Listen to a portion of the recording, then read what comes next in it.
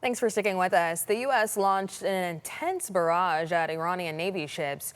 U.S. officials tell CBS News that Iran appears to be taking steps towards deploying naval mines. It comes as concerns remain about the endgame and worldwide impacts. Natalie Brand has the latest from the White House. The U.S. military says as of this morning, it has struck more than 5,500 targets inside Iran, including more than 60 ships.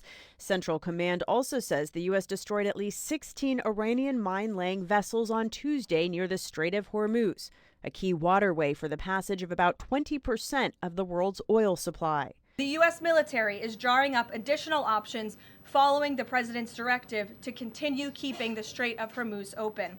I will not broadcast what those options look like, but just know the president is not afraid to use them.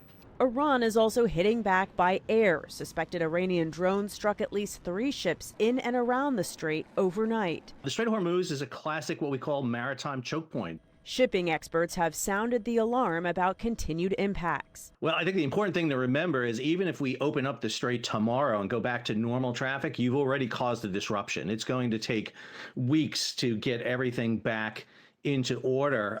The White House has tried to downplay rising gas prices as temporary, but questions remain about the timeline of the conflict and endgame. Democratic lawmakers worry about the size or scope expanding. I'm telling you that the objectives that have been outlined for this war will require boots on the ground at some point.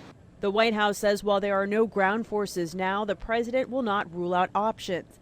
As the war enters its 12th day, the Pentagon says around 140 service members have been wounded since the operation began.